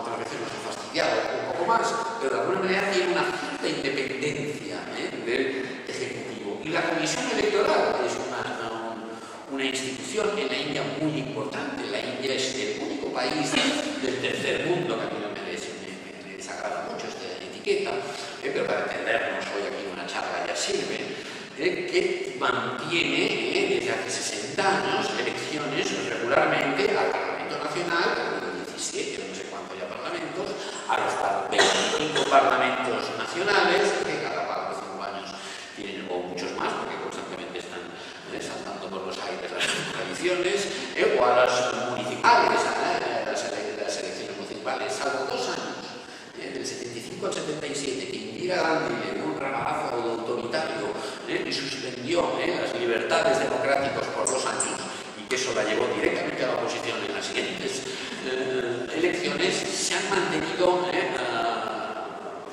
elecciones regularmente. Si comparamos con Pakistán, su vecino, o con el propio Bangladesh, o con China, o con Afganistán, o con Sri Lanka, con los países vecinos, la India sale bien parada en este aspecto. De hecho, es de los pocos países de la Tierra, bueno, yo creo que es el único del mundo que ha sido gobernado por una coalición de 24 partidos. Si aquí a veces, cuando hablamos de que han de gobernar 3, ya nos parece una locura. O sea, que los italianos, que son los más maquiavélicos y los más, bueno, ya vemos cómo está Italia, son aprendices de maquiavelismo al lado de los políticos indios, donde son capaces de crear una coalición de 24 partidos, de los cuales solo uno de ellos compartía la ideología del BJP, que es el partido que, digamos, lideraba esa coalición a finales de los años 90. Evidentemente eso solo duró 6 meses, porque no podía ser de otra manera, pero para que nos hagamos una idea de las posibilidades, incluso de la cultura política que tiene. Ha habido alternancia política. De hecho, algunos estados son los primeros lugares del mundo donde llegaron los comunistas democráticamente al poder. Ganaron unas elecciones hasta entonces, hasta el año 57, solo habían llegado por una revolución en la Unión Soviética o por una invasión soviética o maoísta o lo que fuera. De hecho, en Kerala o en Bengala hay una alternancia entre los distintos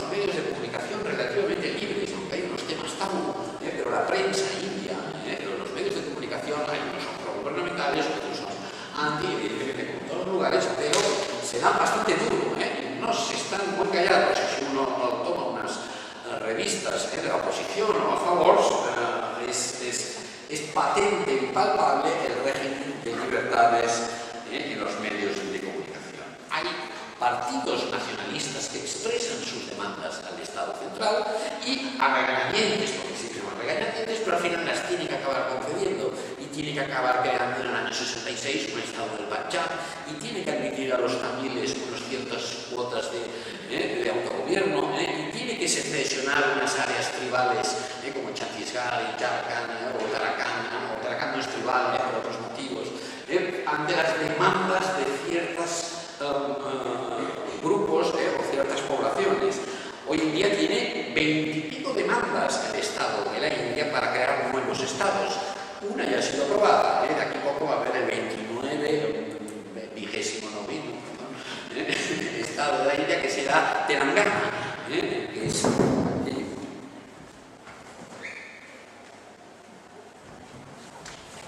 esta zona se va a constituir como un Estado de 30 y pico millones de habitantes. Claro, por supuesto que esto es un Estado. Y de hecho va a seccionar un país sin gobernar, un Estado que es ingobernable de 85 millones de habitantes. Igual que Telangana, que ha sido aprobado ya a final de año, empezará ya su proceso para constituirse como Estado de la Unión, tiene 20 peticiones más. Vidarbha, Maharashtra, Saurashtra, Gujarat, Bodoland, en Bengala, Bundelkhand, en Uttar Pradesh, en fin, no hace falta que os dé toda la lista. Turunadu, en Karnataka, son por cuestiones lingüísticas, económicas, tribales en algunos casos, etc. Pero normalmente la India ahora, porque la propia Constitución exige el respeto a las minorías, y aunque la visión, sobre todo en los años 60, 70, 80 y el ramalazo, sobre todo el Partido del Congreso, sigue siendo muy centralista, ante todo, por diversos factores históricos. Por otro lado, la propia Constitución exige el respeto a la minoría, y cuando la minoría presiona lo suficiente, al final tiene que acabar concediendo estas demandas. También ese marco democrático facilita mucho el activismo social. Don Juan lo tiene que saber perfectamente, el número de ONGs y de grupos que hay en la India actuando para mejorar la sociedad. Algunas están ligadas a grupos misioneros, cristianos o hindúes o lo que sea, pero la mayoría no. La mayoría son laicas que están actuando en beneficio para un tema en concreto o para una ayuda, para distintos proyectos. Está lleno. La sociedad civil de la India está eclosionando en movimiento, y hoy en día es esa sociedad, ahora llegaremos a ello, la que tira del gobierno. Todo ello no ha de ocultar al lado de la cara amable de la situación política, pero es una realidad que hay que reconocer, sobre todo si la miramos en la distancia y la ubicamos en el contexto panasiático en el que está la India. Pero eso no ha de ocultar los enormes problemas que tiene la India. Sus problemas, enormes, gravísimos problemas que tiene la India. Empezando por uno que al parecer lamentablemente es universal, el de la corrupción. Ese es uno de los mayores problemas que no solo tiene la India, evidentemente, como bien sabemos, pero que la India tiene cotas alarmantes: corrupción política, corrupción económica, corrupción en todos los estamentos, desde los más altos hasta los más pequeños, la bakshish, la coima, que se dice en América Latina, la mordiva, eso es inevitable. Constantemente hay muchas gente, en fin, no se debe, pero la corrupción política y económica de la India es un grave déficit. No solo la corrupción, sino también otro problema que también lamentablemente no es solo indio, sino que es mundial: la ineptitud de sus políticos, muchos de los cuales están allá para su propio beneficio, muchos de los cuales son gángsters, están procesados, están en el Parlamento, una vez tienen inmunidad parlamentaria. Bueno, todo eso no nos ha de sonar nada exótico a nosotros, lamentablemente, porque pues tenemos muchos casos. Pero en la India, como uno se puede imaginar en lo que es un continente, pues todo esto es más grave y más amplificado todavía. De hecho, la falta de democracia interna dentro de los partidos, que tampoco es un caso indio, porque también lo vemos en muchas partes, pero algunos de los cuales, y no voy a mencionar ninguno, son verdaderas dinastías políticas, y donde el padre se lo pasa a la hija, y la hija se lo pasa al hijo, y el hijo a la suegra, a la nuera, en fin. Y no hay un verdadero debate político. Eso es otro problema. Si la India sale bien en estos indicadores democráticos generales de libertad, de separación de elecciones, y indudablemente no sale, y ya lo he comentado, sale estrepitosamente mal en lo que son los servicios que el Estado tiene que proporcionar a sus ciudadanos, las infraestructuras. Bueno, seguro que muchos de los que estáis aquí habéis estado en la India, y si no, los que vayáis a ir preparados para las infraestructuras de la India. Las carreteras, bueno, ahora hay aeropuertos muy buenos, pero claro, alguno sale de Bombay, de Nueva Delhi, de Bangalore, de algún otro, no sé, son patéticos, son horrorosos, y tienen que dar servicio a millones de personas, porque son 1.200 millones y se mueven. Las carreteras, cuando uno ve en el mapa, y de aquí a aquí son solo 200 kilómetros, bueno, eso puede ser 2 días casi, pero cualquiera que haya ido a la India verá el estado de las carreteras. Es patético. El agua, la electricidad, que son bienes esenciales hoy en día, sobre todo el agua, cantidad de la población de la India no tiene acceso al agua potable. Y a veces cuando lo tienen, sí, lo tienen potable, está a 17 kilómetros, que tienen que ir allá las mujeres, básicamente. O la electricidad, la mitad de los sitios de la ropa, evidentemente, y ponen allá sus apaños, aquellos cables que cualquiera ve, en cualquier ciudad india, los apagones eléctricos y los bajones de tensión, y bueno, es un desastre. Un país que se cree tan moderno, y que es un país pujante, y su eslogan, tiene unas pésimas infraestructuras, una calidad, hay alguna mejora en algún aspecto, como no puede ser de otra manera, pero va a un ritmo lentísimo, a un ritmo patético, y desde luego bien distinto a la imagen que proyecta del nuevo país emergente. De hecho, en dos de los aspectos, y aquí voy a ser un poco contradictorio, en los que la India ha hecho más esfuerzos, y hay que reconocerlo, que es en la educación y en la salud, pero son dos de los aspectos en los que sale peor, sale horrorosamente mal. Sí, tiene educación gratuita a todos los niños, pero la mitad de los niños que van a la escuela, Bihar, aquel estado que hay allá verde, debajo de Nepal, la mitad de los niños que van a Bihar llegan a la escuela y no hay maestro. El absentismo laboral del maestro o de la enfermera o del doctor en las áreas rurales es impresionante. Entonces sí, luego eso en las estadísticas figura que estos niños están alfabetizados. Probablemente sepan escribir su nombre a duras penas, y bueno, figura como alfabetizado. Las estadísticas en la India hay que saber cómo interpretarlas. La calidad de los servicios es pésima, salvo algunas excepciones. Tiene muy buena educación superior la India, tiene extraordinarias universidades o institutos de tecnología, y eso es un lastre del pasado, es el lastre elitista que sigue teniendo la India. La educación estaba restringida a una serie de grupos, a una serie de castas letradas, intelectuales, muy sofisticadas, muy brillantes, y que durante siglos han dirigido intelectualmente el país. Y eso, cuando se ha tratado de democratizar, se han hecho los esfuerzos igualitarios que indudablemente se hicieron y siguen haciéndose, pero sigue habiendo ese lastre. Y la India, por ejemplo, a diferencia de China o de otros países, ha invertido en educación secundaria, cuando la base era haber invertido en educación, más o menos como lo digo yo, en educación primaria, en la educación infantil de los niños y niñas de todas las escuelas. Ahí sale fatal. En fin, yo es que ya me estoy extendiendo mucho. Sí, bueno, todavía son las 1:20, todavía tengo 20 minutos para...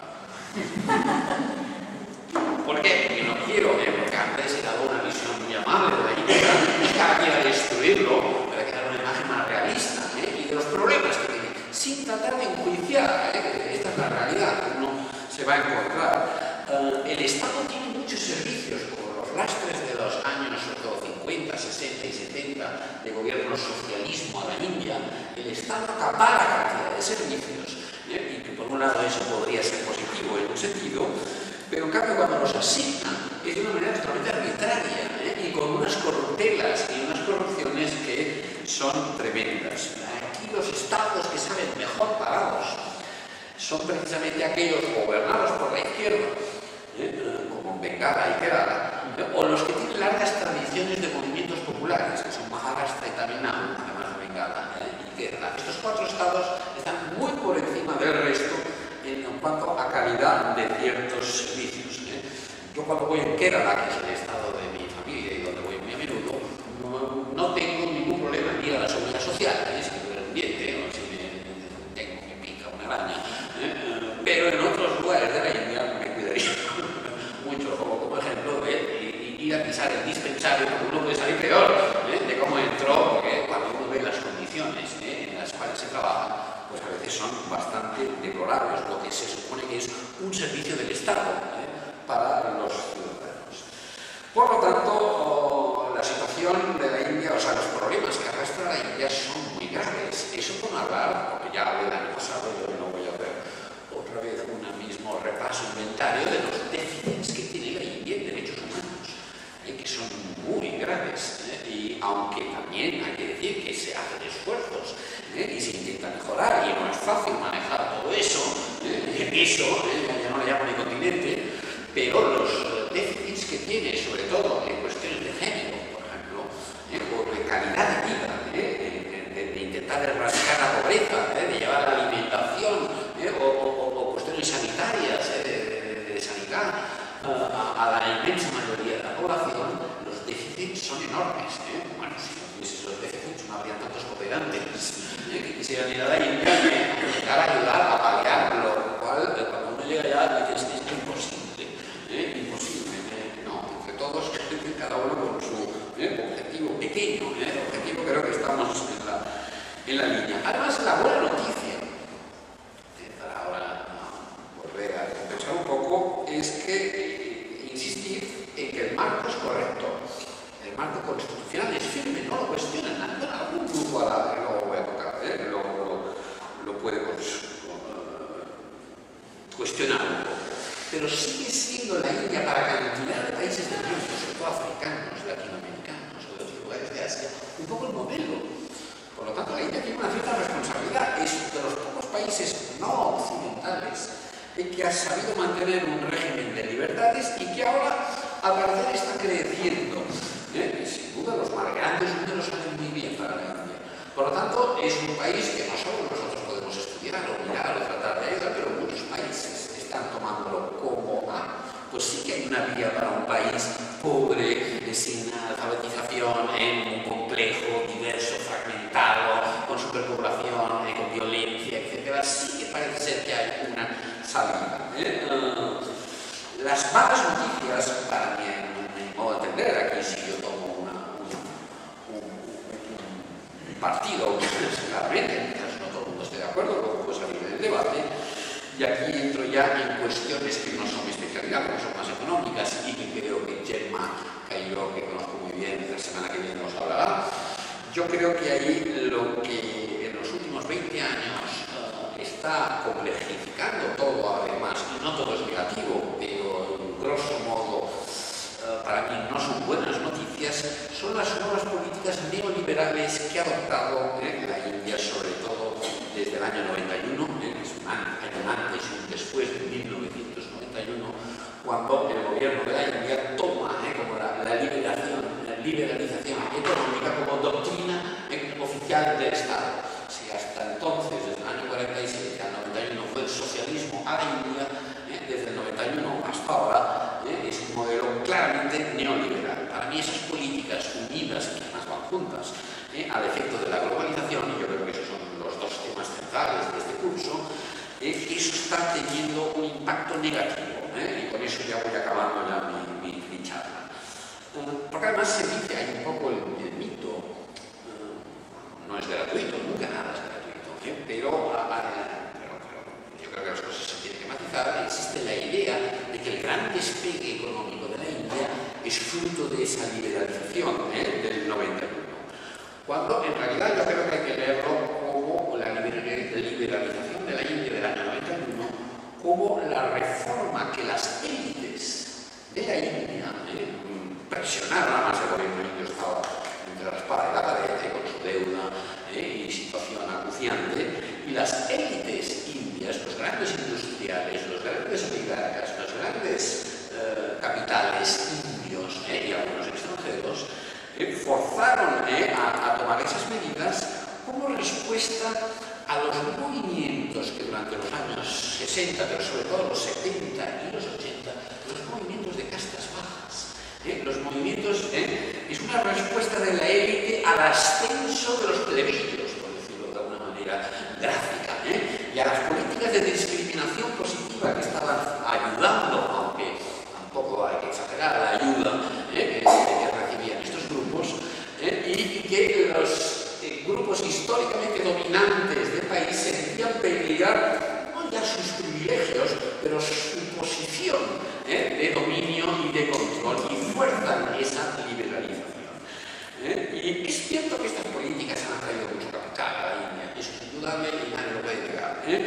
Y los chief ministers, que son los jefes de cada estado, como el alcalde aquí, o el presidente de la Generalitat de Cataluña, o de cada comunidad de aquí, los chief ministers hoy en día casi que están en una carrera a ver cuál es más business friendly, ¿no? A ver quién atrae más capital a Gujarat y Andhra Pradesh. Bueno, con sus chief ministers, Chandrababu Naidu en Andhra Pradesh, aunque ahora está en oposición, o Narendra Modi, el chief minister de Gujarat, por 3 elecciones consecutivas, y que va a ser con mucha probabilidad el próximo presidente, el primer ministro de la India. El año que viene van a haber elecciones nacionales y Narendra Modi es el candidato del BJP, después de ganar 3 veces en su estado, en Gujarat, va a ser ya el candidato frente al del Partido Congreso, que es Rahul Gandhi, de la dinastía y que, bueno, un jovencito inexperto y que dudo yo, pero bueno, eso es otro tema, estoy aquí entrando en un paréntesis. Modi tiene una larga tradición de atraer capital a Gujarat. El ejemplo más típico de estas políticas es la creación en distintos lugares de la India, sobre todo en Andhra Pradesh, mucho en Gujarat, de Special Economic Zones, unas zonas de desarrollo económico especiales, que efectivamente la idea es promover el comercio, la exportación, crear infraestructuras, atraer inversión y capital, y todo eso es indudable que ha sido y es así, pero el precio que tiene que pagarse yo creo que es muy elevado. Primero, las expropiaciones furiosas que se hacen de los habitantes de las Special Economic Zones, que son siempre los mismos. Son los tribales, los adivasis, o son los más pobres o más desfavorecidos. Ya no lo voy a hacer en términos de casta, sino de clase, los más desfavorecidos y que tienen que desplazarse para el beneficio de la nación, del Estado, para el beneficio de los que manejan las Special Economic Zones, que son una serie de industriales, una serie de hipotecarios, algunos extranjeros y otros locales, da igual, donde dejan de pagar la mayoría de los impuestos que pagan, por eso son Special Economic Zones. Por lo tanto, sí que crean un empleo, pero un empleo a base de desregularizar las precarísimas condiciones de empleo que ya de por sí hay en la India. Por lo tanto, desde una política neoliberal, esto está generando empleo y atrae capital y trae crecimiento, y desde una visión un poco más social, esto está beneficiando a una pequeña minoría y a una gran mayoría que sale muy perjudicada de este tipo de políticas.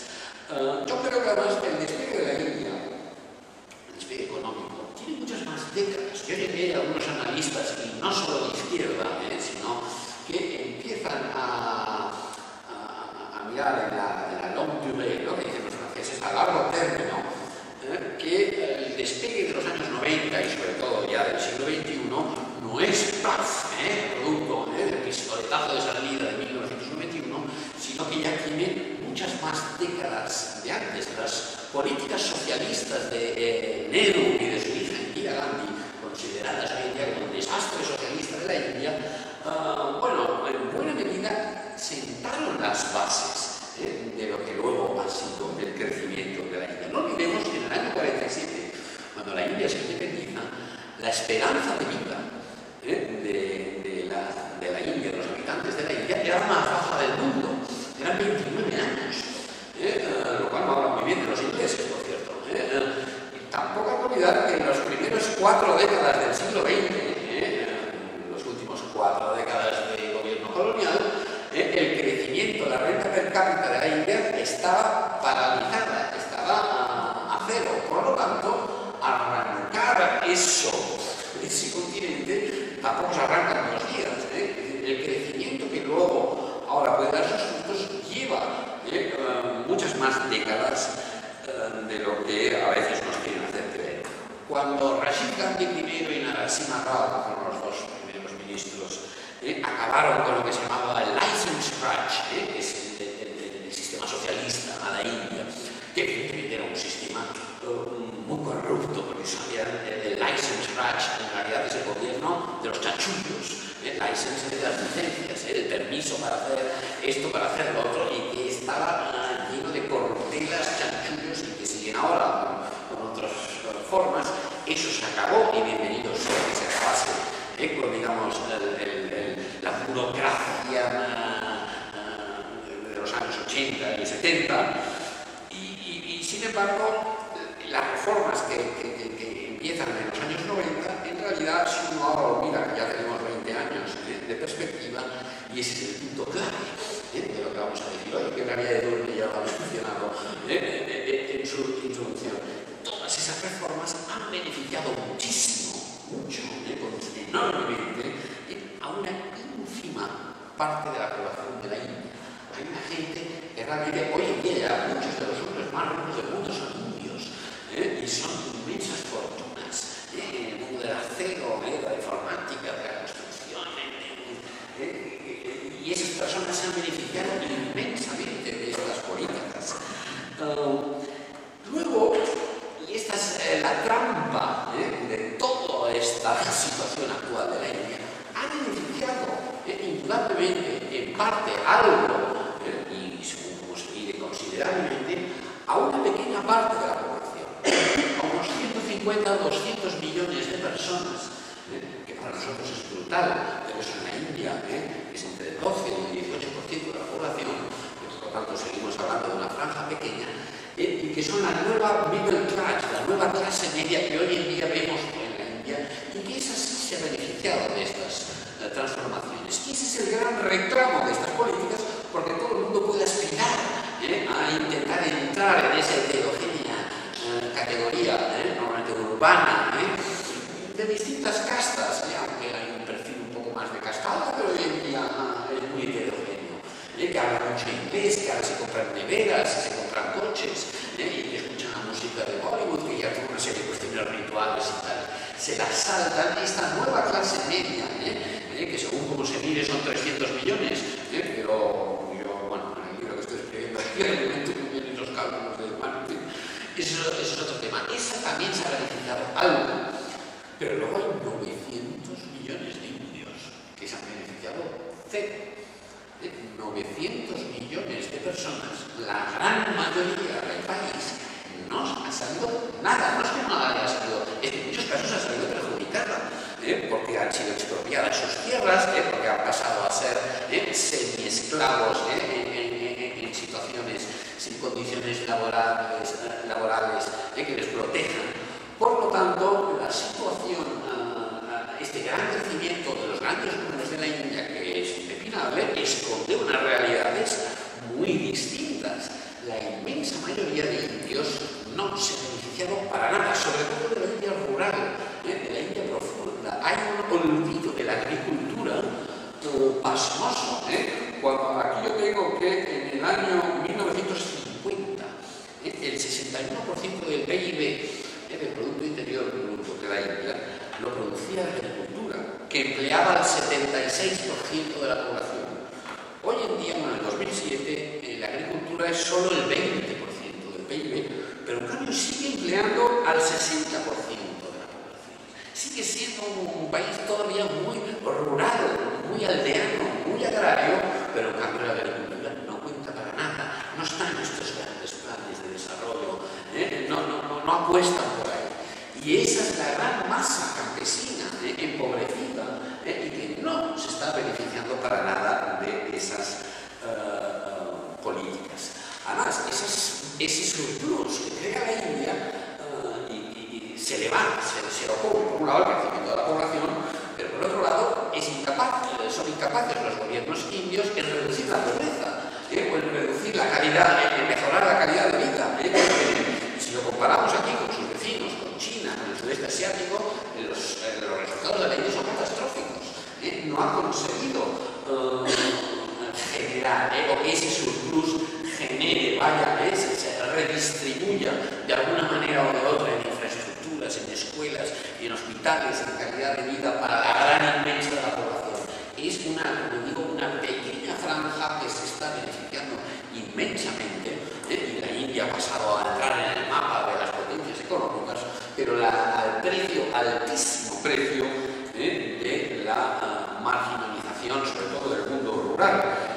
Casi que, yo me quedan 10 minutitos, casi que es directamente, sobre todo en el mundo agrario, en el mundo rural, que está transformándose también, y se están creando como una polarización entre unos grandes agroindustrias, muchas son multinacionales o extranjeras, otras son locales indias, pero en realidad estamos hablando del mismo paradigma, y luego mínimos minifundios que no producen prácticamente nada, y a medida que van creciendo más esa agroindustria, es directamente proporcional. Voy a poner un ejemplo que es muy famoso, muy conocido, pero es muy ilustrativo.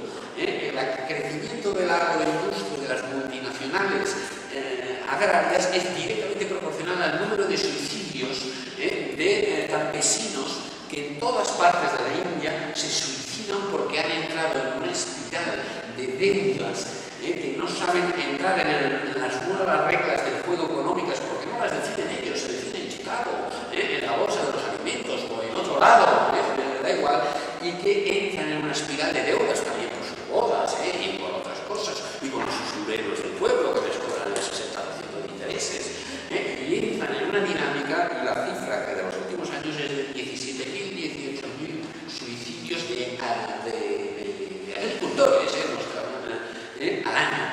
Es verdad que en la India las cifras siempre hay que contextualizarlas, pero yo aquí he hecho la división entre 27, que es la población española. En España serían 650 suicidios al año de agricultores atrapados en una espiral de deudas y que al final no tienen o deciden que no hay otra solución que sacarse la vida y eliminar así a su familia de las deudas, cosa que no siempre es así, porque a veces las deudas, sobre todo si van con el usurero, pasan a los descendientes. Como los bancos saben que perfectamente esa persona no podrá entrar en la espiral normalmente al empezar en el monocultivo, la industria le regala hasta las semillas, luego tiene que empezar con los pesticidas y seguir con todo una rueda. Cada que hay un año malo, que siempre lo hay, porque la lluvia de los monzones y las sequías van como van, ya entra en una espiral. Como el banco sabe que no podrá pagar, porque ya vale que unos, para el usurero del pueblo, ahí yo creo que ya se ha crucificado, porque entran en unos intereses que nadie es capaz de... Bueno, pongo como ejemplo, que es ilustrativo de la nueva realidad. Es una realidad, sobre todo en la India central, en Maharashtra, en Andhra Pradesh, en Gujarat, incluso en el Punjab, que es una zona muy rica y de cultivo agrícola. En fin, ya voy a acabar yo, pero no quiero dejar, me he mantenido bastante bien con el timing. Los grandes números, como digo, salen bien, pero se pierden en estas corruptelas, en ese crecimiento de la población, y se pierden en las manos privadas para realmente dónde van a parar esos grandes beneficios.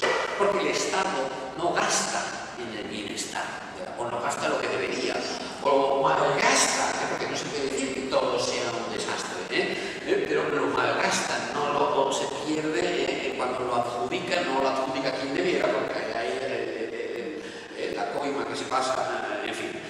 La mayoría de innovaciones que hace el gobierno, que hacen los gobiernos, son por presión de la sociedad civil, que ya serie de conductas autoritarias, tanto de los gobernantes como de la propia sociedad, que los nuevos, incluso muchos de las nuevas clases medias, ya no están dispuestas a tolerar.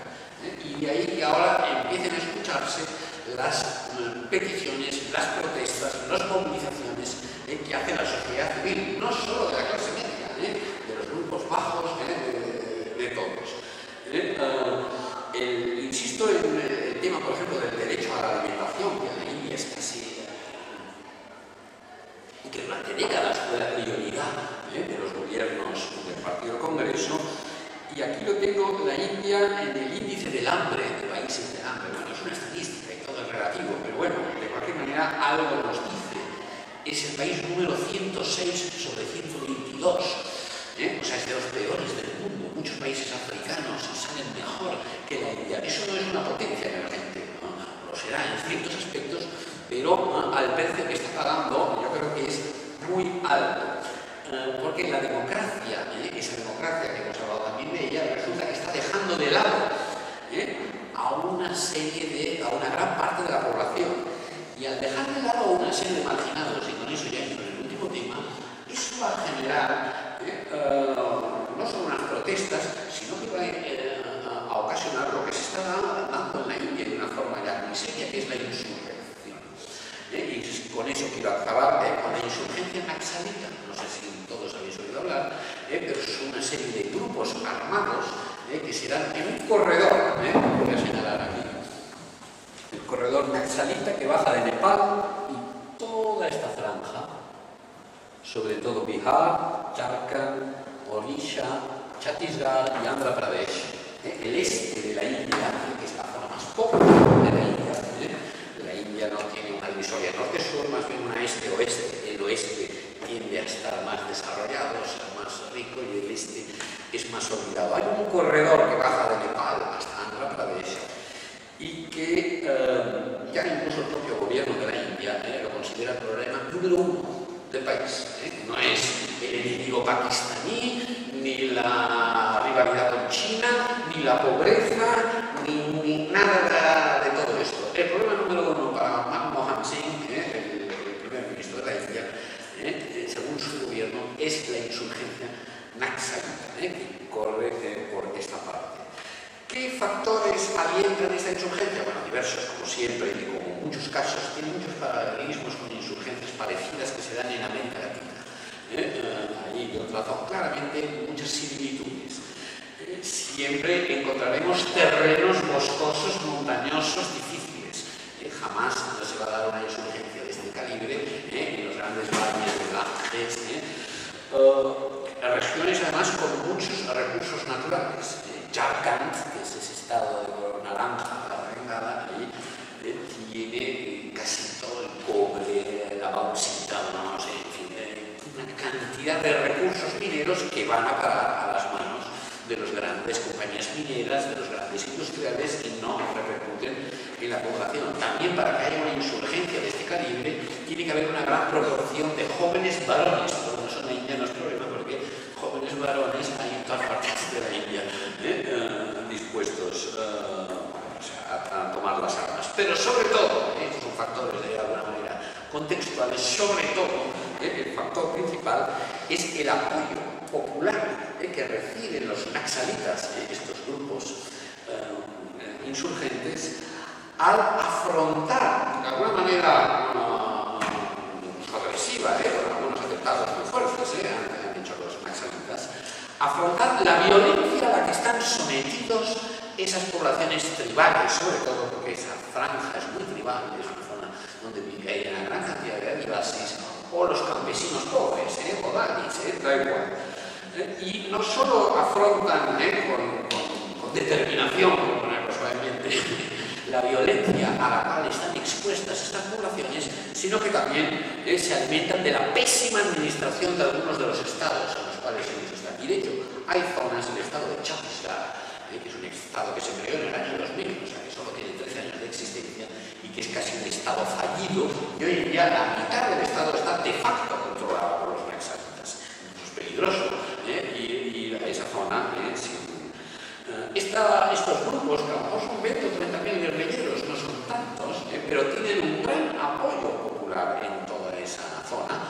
y fuera de esa zona son considerados el terrorismo más grave y la amenaza más grave que tiene el Estado, por supuesto, no solo por el gobierno, sino incluso por gentes de otras regiones. Nacen de una escisión en los años 60 del Partido Comunista Indio y se reúnen en la zona de Naxalbari, que es un pueblo en Bengala, en el estado de Bengala, y de ahí con el nombre de Naxalita, Naxalite, no sé qué es. Era un movimiento que virtualmente estaba muerto en los años 70. En los años 70, por ejemplo, cuando el líder histórico, Charu Masundar, el líder histórico de los Naxalitas, murió en comisaría en el año 72. En esa época estaba virtualmente moribundo. Solo en el estado de Bihar había 17 grupos que decían que eran naxalitas. O sea que esos parecía que se unían hasta que en el 2004 se unieron dos facciones del Partido Comunista Indio y la Unión Comunista India, y eso le dio un nuevo impulso que lo tomaron de esos estados donde existe básicamente el desgobierno. Y entonces ellos se han proclamado los defensores de las capas desfavorecidas, esas que no se suben al tren del progreso. El cambio de cultivo, insisto, son esos terratenientes con actitudes muy feudales, por llamarlo suavemente, con usureros que su única interés es el beneficio rápido, con instituciones a veces religiosas que actúan por allá muy reaccionarias, con mentalidades, y con incluso grupos que crean sus propios grupos paramilitares, lo que allá se llaman senas, sobre todo las capas más altas, las castas altas de estas zonas generan sus propios grupos paramilitares para defender sus propios intereses y entran en conflicto con los naxalitas. Por lo tanto, eso lo pongo como ejemplo que si el Estado no se preocupa de llevar esas libertades que antes hemos alabado, esa democracia que todos hemos dicho que la India la tiene bien asentada, pero luego resulta que no la aplica, que no la lleva a esos sectores, en último término va a acabar favoreciendo este tipo de insurgencias. Insurgencias que básicamente se nutren, insisto, de este caldo de cultivo, pero que las causas son la privatización de sus tierras, sobre todo, para construir nuevas presas, para construir minas, para explotar los recursos mineros, para hacer esas Special Economic Zones que antes decíamos, para incluso para hacer parques naturales, es decir, tienen que sacrificarse para el beneficio de la ecología. Nos parece muy bien, pero ¿por qué no integrar a los adivasis, a los tribales en esos parques naturales y que ellos manejen? En fin, hay alternativas que no se están explotando y eso es ese caldo de cultivo en el cual se encuentran estos grupos. Bueno, yo ya concluyo, déjame mi último minuto de conclusión, para resumir esa charla que yo os he lanzado aquí, porque yo no paro como una metralleta, como una exalita, como una Olimpiada, hablando de la diversidad. Recordaréis que hemos hablado de diversidad de talentos, hemos acabado de una manera más. Como esa diversidad tan colosal, que la metáfora que mejor encuentro para contenerla es la idea continental, la India como continente, como paraíso, como decíamos para los antropólogos, y que incluso, digo yo, sostengo de que esto sirve, es uno de los fundamentos, no el único, evidentemente, pero uno de los fundamentos para el desarrollo de la democracia, para que la democracia pueda prosperar, y que de hecho tiene un buen caldo de cultivo, y tiene un buen marco constitucional y de libertades y democrático, y de movimientos civiles, en el cual todo eso pueda prosperar, pero que está lastrado, está frenado, tiene unas inercias al mismo tiempo muy duras, muy contraproducentes en déficits de derechos humanos o de calidad de vida y en políticas económicas que, según yo entiendo la cuestión, yo no soy un economista, dejan afuera a una gran mayoría y alientan